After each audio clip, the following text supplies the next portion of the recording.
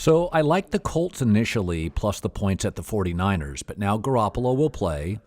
The Colts suffered another secondary loss this week. They lost a second-year safety, and I do feel like the 49ers feel this is the season. This feels like the season. I'm going to take San Francisco minus the points here.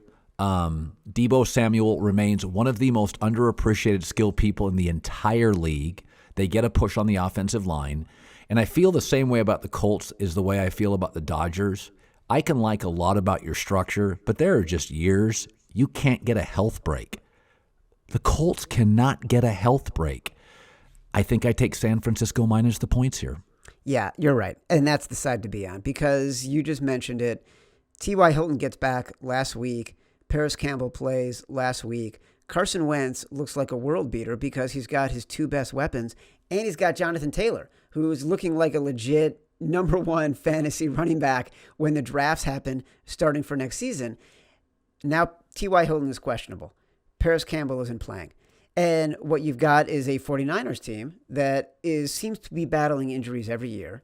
They just had a bye, so you got Kyle Shanahan getting to game plan for a little bit more time. He's got Jimmy Garoppolo coming back, and I think that actually benefits the Niners. I know there's all this talk about is Trey Lance the right guy at this time, but he did not look great. He's not now. He's not the right guy now. Right. He's not the right guy now. And to his credit and to Kyle Shanahan's credit, you know I'm a huge Kyle Shanahan fan.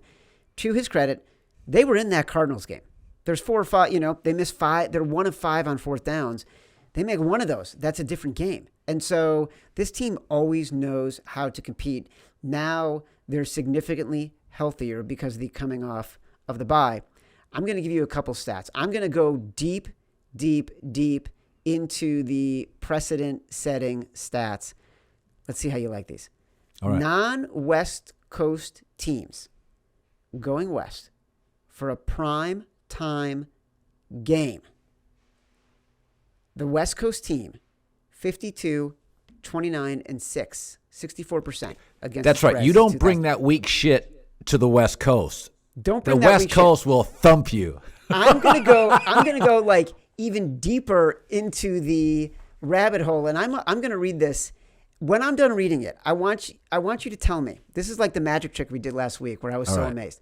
I want you to tell me how many games you think cover this scenario, because I'm going to read it, and it's very specific. Right? I'm ready. Here we go. The Colts are 4-2 this season against the spread. The Niners are 1-4 since 2003. After week 6, okay, we're in week 7.